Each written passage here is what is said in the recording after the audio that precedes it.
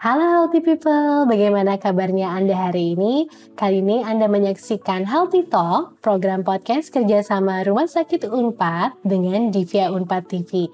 Tema kali ini menarik sekali nih, karena temanya mengenai kondisi pre-disease. Apa sih kondisi tersebut dan apa yang bisa disiapkan oleh pemirsa untuk menghindari kondisi tersebut? Kali ini di studio kita sudah kedatangan Dr. Gaga Irawan Nugraha, dokter spesialis gizi klinik di Rumah Sakit Unpad. Selamat datang Dr. Gaga. Ya, selamat datang. Bagaimana kabarnya hari ini? Alhamdulillah, baik. Nggak sabar nih mau membahas mengenai kondisi pre-disease. Kita mungkin langsung saja ya, Healthy Pips. Jadi dok, izin ini saya baru pertama kali mendengar nih mengenai kondisi pre-disease. Boleh dijelaskan dok, kondisi itu seperti apa? Ya, jadi ini sebetulnya sudah mulai diangkat di jurnal American Journal College of Cardiology tahun 2022 atau 2021 ya. Muncul istilah pre-disease. Jadi ini memang belum terlalu lama ya. Istilah pre-disease itu adalah satu kondisi di mana orang belum sakit, tapi sebetulnya merupakan satu kondisi di mana dia akan sakit. Nah, kenapa ini diangkat? Karena ini terutama terkait dengan penyakit kronis sebetulnya. Seperti misalkan hipertensi, diabetes, dan stroke. Sehingga karena penyakit-penyakit tersebut tidak terjadi tiba-tiba, maka kita harus memahami satu kondisi di mana dia belum sakit tapi akan sakit. Sehingga upaya untuk melakukan prevensi atau pencegahan agar tidak sakit bisa dilakukan. Oh, berarti ada 3 penyakit kronis yang cukup di-highlight ya dok ya? Stroke, hipertensi, dan diabetes. Satu lagi, jantung koroner. Oh, jantung koroner. Dok, dengan gaya hidup saat ini ya, yang cukup mungkin dari makan ya, banyak sekarang makanan fast food, terus tinggi kalori. Kira-kira yang banyak sudah berada di kondisi pre-disease itu rata-rata di usia berapa ya dok ya? Jadi kalau siapa yang bisa terkena pre-disease, kita lihat yang terkena disease itu biasanya siapa. Nah, kalau berdasarkan epidemiologi memang ya makin bertambah usia maka akan muncul penyakit atau disease penyakit kronis tersebut, baik itu diabetes, hipertensi, stroke atau jantung koroner gitu ya. Nah, sehingga pre-disease tentu sebelum itu ya. Jadi sebagian besar sih memang usia dewasa ya, usia dewasa. Dari mulai pokoknya setiap orang terutama sudah mulai di atas 40 tahun harus sudah mulai alert gitu. Untuk bisa melakukan pemeriksaan apakah sudah mulai ada tanda-tanda dia akan sakit atau tidak. Untuk apa? Untuk mencegah agar dia tidak sakit. Nah, tadi dokter sempat mention nih, tanda dan gejala. Apa sih dok tanda dan gejala yang khas? Atau udah mulai agar kita tuh alert, kayak oh ini kayaknya sudah mulai cek nih gitu. Nah, ini masalahnya. Jadi, kalau tanda itu kan, kalau gejala itu kan dirasakan oleh pasien. Iya. Kalau tanda itu yang terlihat, tandanya apa, gejala yang dirasakan oleh pasien. Atau dalam bahasa Inggris sign and symptom. Nah, masalahnya orang-orang yang pre-disease itu banyak tidak ada gejalanya. Oh, jadi seperti silent gitu, dok? Iya kan, kalau sudah terasa sakit, ya udah sakit gitu kan. Ya, contoh misalkan dia stroke lumpuh sebelah gitu ya. Ya dia udah sakit kan. Itulah muncul gejalanya, lumpuh sebelah. Bicara rero untuk stroke misalkan. Bicara rero, ya tidak bisa meminum, tersedak, itu kan gejala. Gejala kalau dia sudah stroke. Gejala diabetes yang konvensional ya, polidipsi, poliuri, polifagi. Polidipsi banyak minum, poliuri banyak pipis, polifagi banyak makan, lapar terus. Itu kan dirasakan oleh pasien, gitu kan ya. Atau misalkan hipertensi yang bisa jadi dirasakan dengan sakit kepala yang tidak hilang-hilang misalkan gitu misalkan ya. Atau tadi stroke, kalau jantung koroner misalkan nyeri dada misalkan ya. Nyeri dada sebelah yang menusuk sampai ke belakang tembus.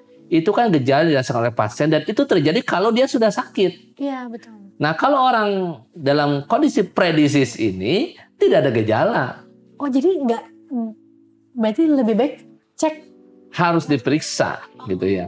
Harus diperiksa baru ketahuan apakah dia itu mengalami kondisi pre-disease atau tidak gitu. Oke, berarti udah baiknya tuh setelah usia 40 ya dok ya, sudah mulai rutin melakukan pemeriksaan. Nah, kalau anak muda nih dok, misalnya kayak saya udah usia 30, apakah harus sudah mulai rutin juga misalnya dengan gaya hidup jarang beraktif olahraga? Ya, nah jadi ini ada fenomena yang menarik karena ternyata kondisi sakit itu sekarang makin muda. Iya. Ini ada yang menarik gitu ya. Karena kan saya adalah juga dosen di Fakultas Kedokteran Unpad, ketika melaksanakan skills lab gitu ya. Skills lab itu ya melatih keterampilan, di antaranya pada saat itu dilakukanlah pemeriksaan pada mahasiswa dalam satu periode. Itu setiap kita melakukan pemeriksaan pada mahasiswa ternyata banyak yang pre-disease. Mahasiswa loh. Iya. Bahkan tingkat 1. Oh wow. Iya. Tingkat 1. Umumnya apa dok? Nah, ya sekarang khawatir jadi takut nih dok. Ya, jadi yang pre-disease itu contoh ya. Iya. Overweight itu pre-disease. Kalau obesitas itu merupakan satu penyakit, nah, obesitas apa tandanya? Ya, gejalanya apa? Gejalanya ketika muncul komplikasi obesitas itu, mulai sakit lutut kalau berjalan gitu ya. Tadinya siklus menstruasinya normal. Setelah berat badan naik, kemudian jadi tidak normal. Itu kan namanya, itu terkait dengan namanya PCOS, Polycystic Ovarian Syndrome, yang menjadi komplikasi dari obesitas. Kemudian bisa jadi kalau obesitas itu sleep apnea atau tidur ngorok. Ya. Itu juga terkait dengan obesitas. Kalau yang terkait dengan diabetes ya tadi itu ya. Gejalanya yang tadi polidipsi, poliuri, polifagi, banyak minum jadi haus terus, mudah haus, beser, lapar terus gitu ya. Kemudian kalau jantung koroner tadi sudah disebutkan. Nah, kondisi-kondisi pre-disease itu terjadi sebelum itu. Contoh untuk diabetes, untuk obesitas. Ketika diukur indeks massa tubuhnya belum obesitas, belum di atas 25 kg per meter kuadrat. Tetapi sudah mulai overweight, itu pre-disease. Overweight itu dari 23 sampai 25. Itu pre-disease. Itu ya. Masuk ya dok ya? Ya, untuk diabetes pre-disease-nya apa? Pre-disease-nya harus melakukan pemeriksaan lab kalau diabetes, gitu ya. Yaitu kalau HbA1c di atas 5,6 atau 5,7. Gitu ya. Kalau di atas 6, kalau di atas 7 sudah diabetes. Tapi ini belum diabetes, tapi sudah mulai gula darah naik. Atau gula darah puasa di atas 100, 110. Nah, ini hati-hati nih. Belum diabetes sih, tapi mulai gula darah naik. Gitu. Ya.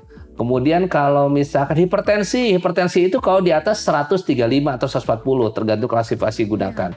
Ini belum hipertensi, tapi mulai tekanan darah di atas 120 per 85 per 80 berdasarkan kriteria JNC7 itu mulai prehypertension. Prehipertensi. Kalau diabetes, prediabetes. Kalau HbA1c di atas 5,6 atau 5,7. Kalau tekanan darah sudah mulai di atas 120 per 80. Berarti sudah mengalami prehipertensi. Kalau HbA1c berarti sudah mulai prediabetes. Belum diabetes, belum hipertensi, tapi sudah menuju ke situ. Nah dok, kalau misalnya ya kemudian sudah terindikasi pre-disease, tapi makan gaya hidup tetap sama. Ya tinggal nunggu waktu jadi sakit.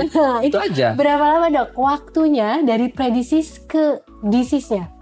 Ya tahunan lah ya. Tapi kan tergantung. Kalau dia pre-disease-nya sudah di ujung, sudah bertahun-tahun. Akumulasi ya dok ya? Bukan akumulasi ya. Jadi prinsipnya gini, tubuh kita itu akan selalu menjaga keseimbangan gitu ya. Akan selalu menjaga agar tidak sakit. Iya. Ya, punya mekanisme untuk menjaga agar tidak sakit. Nah, tapi daya tahan tubuh tersebut akan jebol pada akhirnya. Kalau sudah bertahun-tahun HbA1c 5,7, makannya nggak diperbaiki, gitu kan ya, tetap aja makan yang manis, tepung-tepungan Minum terus kopi susu, dihantam ya. terus, gitu ya. Ya tinggal nunggu sakit. Tinggal nunggu sakit. Kapan sakitnya tidak tahu. Setiap orang punya daya tahan yang masing-masing. Tapi prinsipnya makin tua seseorang, daya tahan tubuhnya untuk menjaga agar tetap sehat makin berkurang.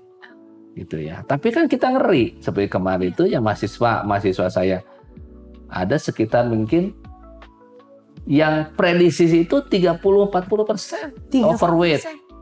Untuk mahasiswa ya, Dok ya? Mahasiswa nih. Ya, itu kan berarti kan sebentar lagi obesitas kalau dibiarkan. Betul, gitu kan? Betul. Sama ini, Dok, kalau misalnya terlihat kurus gitu ya, misalnya, Dok ya, ternyata bisa juga predisisnya body fat dengan yang besar gitu, bisa juga ya, Dok ya? Bisa jadi berat badan yang kelebihan itu hanya salah satu tanda saja, gitu kan ya. Jadi orang yang kurus, nah jangan merasa aman dulu. Iya. Jadi jangan kurus ya ada masalah gitu ya. Kan gini-gini, terjadinya penyakit itu bisa terjadi kalau dua hal bersatu. Itu baru kemudian terekspresi. Pertama ada faktor risiko, yang kedua gaya hidup mendukung. Contoh, ayah ibunya diabetes. Apakah dia pasti diabetes? Belum tentu. Kalau dia bisa menjaga gaya hidupnya dengan baik, gitu kan? Tetapi kalau ayahnya diabetes, ibunya diabetes, udah gitu begadang terus, makan selalu boba, kopi pakai gula terus, kopi latte, cappuccino pakai gula terus, matcha dan sebagainya udah pasti udah pakai gula kan? Udah gitu makannya juga tidak diatur, banyak tepung-tepung gula, cake, biskuit, wafer segala macam. Setiap hari tinggal nunggu dia diabetes. Mungkin orang tuanya diabetes sudah 50 tahun, dia bisa lebih cepat. Gitu. Ini saya langsung jadi takut sendiri nih. Semua yang disebutkan adalah, terutama kan sekarang gaya hidup ini ya, Dok ya. Ya, jadi yang membuat sekarang kenapa kita harus sudah mulai ya. Kenapa saya punya mengangkat prediksi ini? Karena gaya hidup kita sekarang itu obesogenik. Apa itu obesogenik? Obesogenik itu bersifat mendukung terjadinya obesitas. Termasuk juga bersifat diabesogenik gitu kan. Mendukung terjadinya diabetes. Ya, gitu kan. Karena coba lihat, anak-anak mana ada. Dari sejak kecil kan. Iya. Ya, kalau dulu saya masih mengalami main layangan, berburu layangan putus. Ya kan, gatrik, gala jidar, gala asin kalau di Jawa Barat. Sampai kalau gatri kalah itu menggendong gitu kan, hujan angin istilahnya. Sekarang mana ada, semua inaktif kan, immobile, inaktif. Udah gitu makan banyak, segala macam. Tepung-tepungan. Ya tepung-tepungan, termasuk ibunya masak juga nggak pernah, tinggal GoFood kan. Kalau dulu kan harus ke pasar, sekarang tinggal tuk semuanya immobile. Ya. Makannya banyak, makannya tepung-tepung semua. Coba silahkan masuk ke minimarket. Iya. Diisinya gula dan tepung. Betul. Yang mendukung terjadinya diabetes, mendukung terjadi obesitas, gitu kan? Iya. Dan itu yang dimakan oleh kita setiap hari. Sama yang asin-asin juga ya, Dok ya, untuk hipertensi. Untuk hipertensi, banyak juga yang pakai garam. Ditambah tidak ada aktivitas fisik. Aktivitas fisik sangat minimum, tinggal nunggu waktu. Maka diprediksi bahwa kita akan meledak diabetes beberapa tahun yang akan datang. Iya, karena sebelumnya kan Indonesia bukan yang tinggi, kan Malaysia yang cukup tinggi dengan Malaysia tidak cukup tinggi, tapi sekarang kita menyusul. Oke, betul Malaysia lebih tinggi, tetapi karena jumlah penduduk kita banyak, ini tinggal menunggu waktu nih, meledak. Jadi sebetulnya semua bisa terkena prediksi ya dengan gaya hidup saat ini ya, Dok ya? Ya, itu yang jadi masalah. Jadi prediksi itu ada satu kondisi sebelum terjadi sakit yang harus kita waspadai. Karena apa? Karena kita bisa memprediksi bahwa beberapa tahun ke depan atau 1 dekade, 2 dekade ke depan itu akan menjadi sakit. Ini akan jadi penyakit. Ini insightful sekali, Dok. Nah, karena tadi sempat dibahas yang bahkan mahasiswa saja sudah bisa terkena. Kira-kira dok, baiknya nih sekarang untuk yang kayak kayaknya belum, misalnya mahasiswa ataupun saya usia 30, kayaknya kalau medical check up terus berkala cukup costly juga nih. Baiknya kan berarti preventif ya dok ya? Ya. Baiknya dari mulai gaya hidupnya, dari mulai makan ataupun aktivitas, kira-kira gimana dok? Oke. Jadi saya mungkin berpesan ya. Yang pertama kepada para sahabat sekalian ya, siapapun yang mendengarkan podcast ini, yang nomor satu, coba periksa riwayat keluarga dulu. Riwayat keluarga dulu periksa. Bagaimana orang tuanya, diabetes nggak? Orang tuanya ada stroke nggak? Ada jantung koroner tidak? Gitu, ya. Ada jantung koroner, ada stroke, ada diabetes, ada hipertensi tidak? Kalau sudah ada salah satu, berarti Anda punya risiko untuk mengalami penyakit yang sama. Nah, kalau sudah punya sudah mengetahui riwayat di keluarga, lakukan pemeriksaan. Apa yang basic, yang dasar untuk dilakukan pemeriksaan predisis? Yang pertama, timbang berat badan. Ukur lingkar pinggang. Kalau lingkar pinggang sudah mulai di atas 90 cm laki-laki atau di atas 80 cm perempuan, berarti Anda sudah mulai mengalami obesitas sentral. Itu berarti sudah mulai tuh memiliki faktor risiko tambahan ya, selain dari riwayat keluarga untuk jantung koroner, stroke, hipertensi atau diabetes. Satu, yang paling gampang, lingkar pinggang. Tinggal ambil meteran, ukur antara tulang rusuk terbawah di pinggir ya. Nah, di pinggir ya. Pegang tulang rusuk terbawah. Ini. Ya. Dan tulang pinggang, krista iliaka istilahnya ya. Nah, tengah-tengah antara itu ukur pakai meteran. Kalau di atas 90 laki-laki, di atas 80 perempuan, hati-hati, berarti kita sudah mulai menuju sakit. Berarti saya sudah dikasih hati-hati. Karena saya cek buat beli celana. Waduh. Lihat. Oh, dari 80 untuk perempuan dan 90 untuk laki-laki. Kalau di atas itu berarti sudah mulai predisis tuh, ya. Sudah mulai berisiko untuk sakit. Berarti harus diturunkan di bawah tersebut. Di bawah tersebut, gitu ya. Oke. Nah, yang kedua, ini lebih rumit memang, berat badan. Yang kedua itu berat badan. Berat badan, ukur berat badan, ukur tinggi badan. Hitung indeks massa tubuh, yaitu berat badan dalam kilogram dibagi tinggi badan dalam meter dikuadratkan. Contoh misalkan berat badannya 60, tinggi badannya 160 misalkan. Maka berarti 60 dibagi 1,6 kuadrat. Kalau hasilnya di atas 23, berarti sudah overweight. Berarti sudah predisis juga. Oke. Itu dua ya. Lingkar pinggang, kemudian berat badan, hitung indeks massa tubuh, gitu kan ya. Caranya itu tadi, berat badan dibagi tinggi badan dalam meter dikuadratkan. Yang ketiga, ukur tekanan darah. Sphygmomanometer, pakai sekarang banyak yang matic ya. Ya, yang otomatis. Kalau tekanan darah di atas 120/80, berarti sudah mulai prehipertensi. Gitu. Jadi ukur tekanan darah. Itu setiap hari kah dok? Kalau tiap hari bangun tidur aja. Bangun tidur tiap hari lihat gitu ya. Karena meskipun malamnya kurang tidur, kalau orang yang sehat tidak akan tinggi.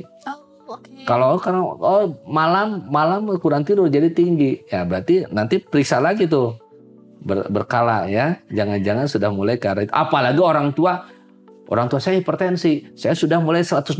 Hati-hati. Berapapun usianya. Mau mahasiswa usia 21 tahun pun tetap ini 18 tahun. Berarti Anda punya risiko besar untuk hipertensi. Jadi 3 utama ini dulu ya dok ya.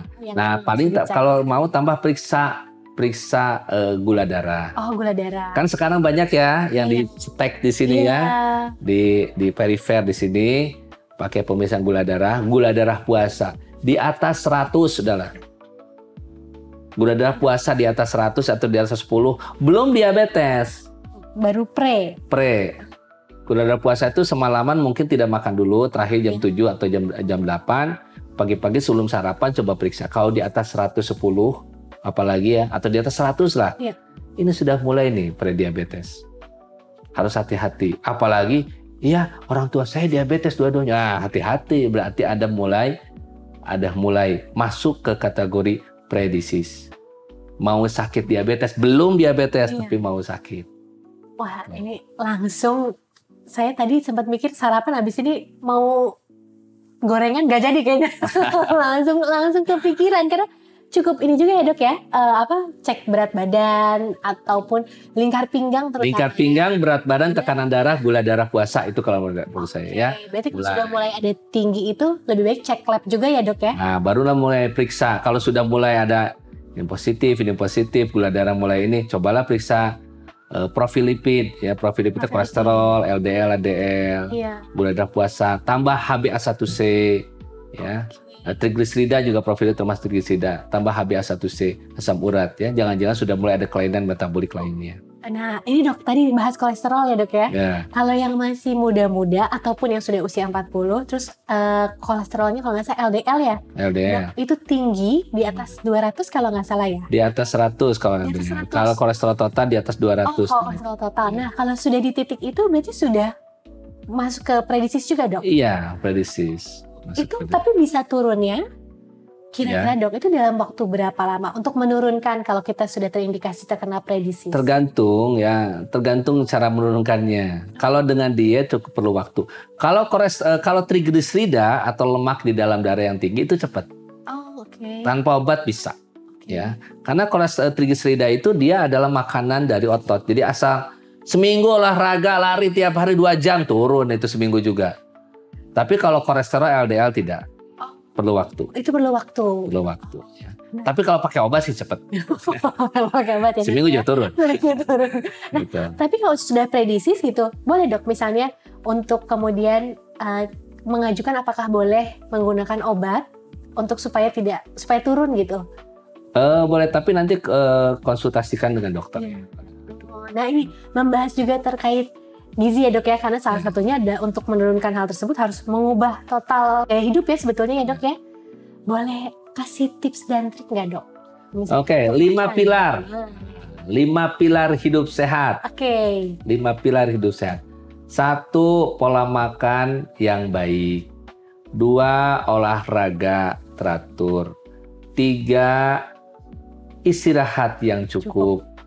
4, menghindari perilaku yang buruk, rokok dan alkohol, narkoba apalagi. Yang 5, stress management. Itu 5 pilar hidup sehat yang membuat kita bisa terhindar dari terjadinya atau mengalami penyakit kronis. Dari nutrisi dok, yang tadi makan sehat ya, apa yang harus, tadi sudah sempat dibahas tepung, gula. Saya akan menyampaikan hal yang paling utama, gampang dilakukan, dietnya nggak susah. Apa tuh dok? Pertama, makan teratur. Makan teratur, makanlah nasi dan lauk pauknya lengkap 3 kali sehari. Ini karena banyak yang macam-macam kan sekarang kan. Ada yang intermittent fasting, diet ketofastosis, pakai makanan formula tertentu. Intinya adalah kita harus memiliki satu habit makan yang baik. Apa sih tujuan diet atau makan itu? Tujuan diet atau makan itu memenuhi kebutuhan tubuh, gitu. Jadi diet itu nggak boleh makan itu kemudian segala dikurangi, yang penting berat badan turun. Kalau ingin gitu, ada cara yang lebih cepat. Apa tuh dok? Minum Oralit seminggu nggak makan apa-apa, pasti turun 10 kilo seminggu. Tapi masuk rumah sakit cepat. Sempat baca dok, ada yang memang minum Oralit bahkan kayak sebelum puasa. Ya yang saya sampaikan kan bukan fiksi, saya itu kan dari fakta. Saya baca di Twitter dok. Ada yang makan jus aja gitu ya selama seminggu, detox gitu kan? Iya. Ya nanti malnutrisi lah. Nanti kan yang bahayanya adalah nanti bisa dehidrasi, kekurangan elektrolit, kemudian juga Kalau itu akan cepat sekali, bukan hanya lemak, otot ikut turun, bisa sakit orang. Jadi makan 3 kali sehari. Makanlah 3 kali sehari nasi dan lauk pauknya, ya, atau karbohidrat kentang boleh, Ya. Karbohidrat, protein hewani, nabati dan sayuran. Protein hewani itu daging, ikan, ayam atau telur. Ya. Protein nabati itu tahu atau tempe atau kacang dan sayuran. Yang ini tuh makan 3 kali. Sarapan itu wajib. Nah, sarapan wajib. Sarapan itu wajib. Gitu ya. Jamnya harus sama dok setiap harinya? Sebaiknya dengan jamnya sama setiap hari akan terhindar tuh dari namanya GERD lah, asam lambung naik, Dan gitu ya. ya dok. Gastritis nggak ada lagi itu. Oke. Gitu. Nah, sama ini dok, olahraga juga. Nah, saran dok untuk Nanti yang sebentar, belum selesai. Siap. 1. Makan teratur 3 kali sehari nasi dan lauk pauknya. Yang kedua, hindari gula. Ini untuk yang sudah predisis ya. Ini hidup sehat, orang dewasa, bukan untuk anak ya. Ini bukan untuk anak. Hindari gula.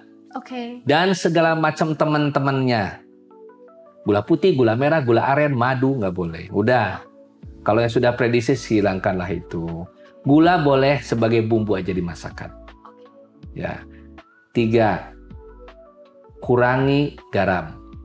Kurangi garam berarti hindari makanan yang banyak garamnya. Saya tidak melarang ibu-ibu masak pakai garam, tapi makan yang tinggi garam nggak boleh. Yang sebelah itu ya dok ya? Ikan asin, telur asin, keripik-keripik, kerupuk itu tinggi garamnya. Ya. Kemudian juga ya terutama makanan Minang ya, makanan Padang itu bumbunya juga banyak garam. Yang berikutnya, hindari makanan yang mengandung high refined carbohydrate. Apa itu dok? Tepung terigu, mie, roti, kue, brownies, bakwan, martabak, donat, pizza, cake, gorengan, pastry, bakery, pasta, pisang goreng, bala-bala, gehu.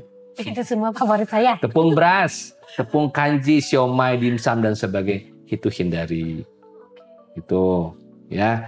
Jadi gula, garam dan tepung itu hindari. Siap. 3 utama itu. Ya, jadi cemilannya apa? Cemilannya ganti buah. Buahnya buah berair bukan durian. Jeruk, anggur, apel, pir, melon, pepaya, semangka, buah naga, nanas, belimbing. Jadi dari semalam itu kita makan 5 kali. Sarapan 9.30 buah, 12.30 nasi lagi lengkap, 15.30 buah, 18.30 nasi. Saya tidak membahas jumlah ya. Nanti itu tergantung individu tiap orang. Tapi kalau ini dijalankan, kita tidak akan, insya Allah nggak akan kelebihan. Kecuali kalau makan nasi sekali makan 3 piring ya. Tapi saya pakai nggak banyak yang gitu, nggak ada lah. Saya nggak ada pasien yang makan 2 piring enggak. 2 bakul nasi Ya, gitu. karena kebanyakan yang menyebabkan obesitas dan berbagai keluhan penyakit atau keadaan predisis itu justru adalah cemilan. Sebagian besar pasien saya yang obesitas itu hanya makan sekali atau 2 kali. Dan sisanya adalah cemilan yang tadi. Tinggi high refined karbohidrat, tinggi gula, tinggi garam. Wah, ini menarik sekali dok. Tuh. Siap, ini harus langsung segera dipraktekkan ya. 2, olahraga. Olahraga yang direkomendasikan oleh WHO 150 menit seminggu. Ya, 150 menit 1 minggu untuk olahraga ringan sedang. Atau 75 menit olahraga berat. Gitu. Apa saja boleh. Mau lari, mau jogging, terserah. 3, istirahat yang cukup. Istirahat yang cukup itu ada lama tidur, ada waktu tidur. Lama tidur antara 6-8 jam. Ya, waktu tidur antara jam 10 malam sampai jam 2 malam harus tidur. Jam 10 sampai jam 2 malam harus tidur. Contoh misalkan 6 jam, berarti tidur jam 9, bangun jam 3, tidak tidur lagi sampai pagi nggak apa-apa. Jadi daripada begadang, terlambat pergi tidur, bangun kesiangan, lebih baik cepat tidur, cepat bangun. Sebagaimana yang dilakukan oleh Nabi Muhammad SAW. Pada Isa tidur, bangun jam 2, nggak tidur lagi sampai pagi. Nggak apa-apa, itu 6 jam, cukup. Yang nomor 4, stop rokok dan alkohol, narkoba apalagi, dan yang kelima, stress management. Ini menarik sekali, dok. Ini 5 pilar. 5 pilar hidup sehat. Wah, ini topiknya sebenarnya jadi makin banyak yang mau ditanyakan, dok. Habis ini langsung otomatis mengubah pola hidup. Baik dok, izin, ini sebenarnya banyak banget yang mau dibahas, tapi karena waktu kita sudah mau menuju akhir. Sebelum menutup dulu dok, boleh memberikan pesan kepada para pemirsa berkaitan dengan menghindari kondisi predisis ini. Oke. Untuk para pemirsa yang ikut dan melihat video ini, saya menyarankan bahwa kita harus berusaha untuk mencegah sakit. Tidak ada penyakit yang terjadi tiba-tiba. Semuanya berproses dan dimulai dengan predisis. Oleh sebab itu, mulailah dari sekarang secara rutin, ukur lingkar pinggang Anda, ukur berat badan Anda, ukur tekanan darah, periksa gula darah puasa, itu yang basic.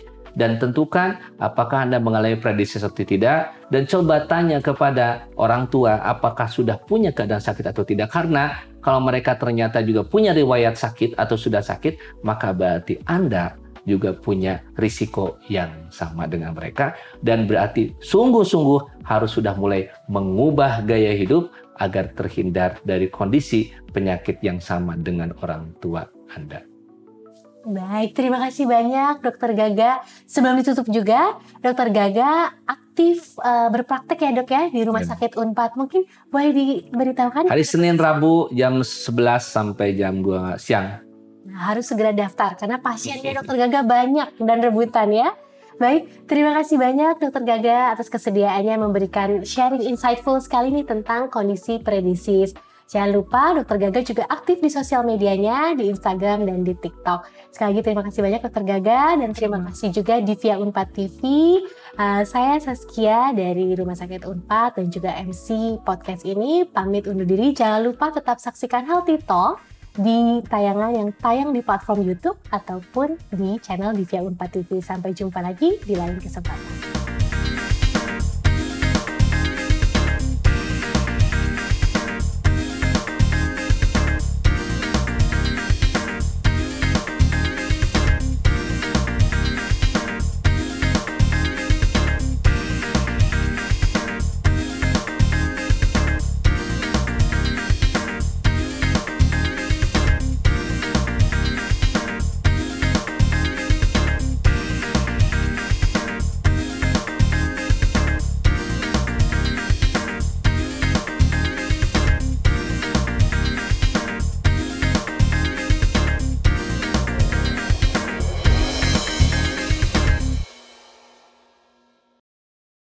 Dipersembahkan oleh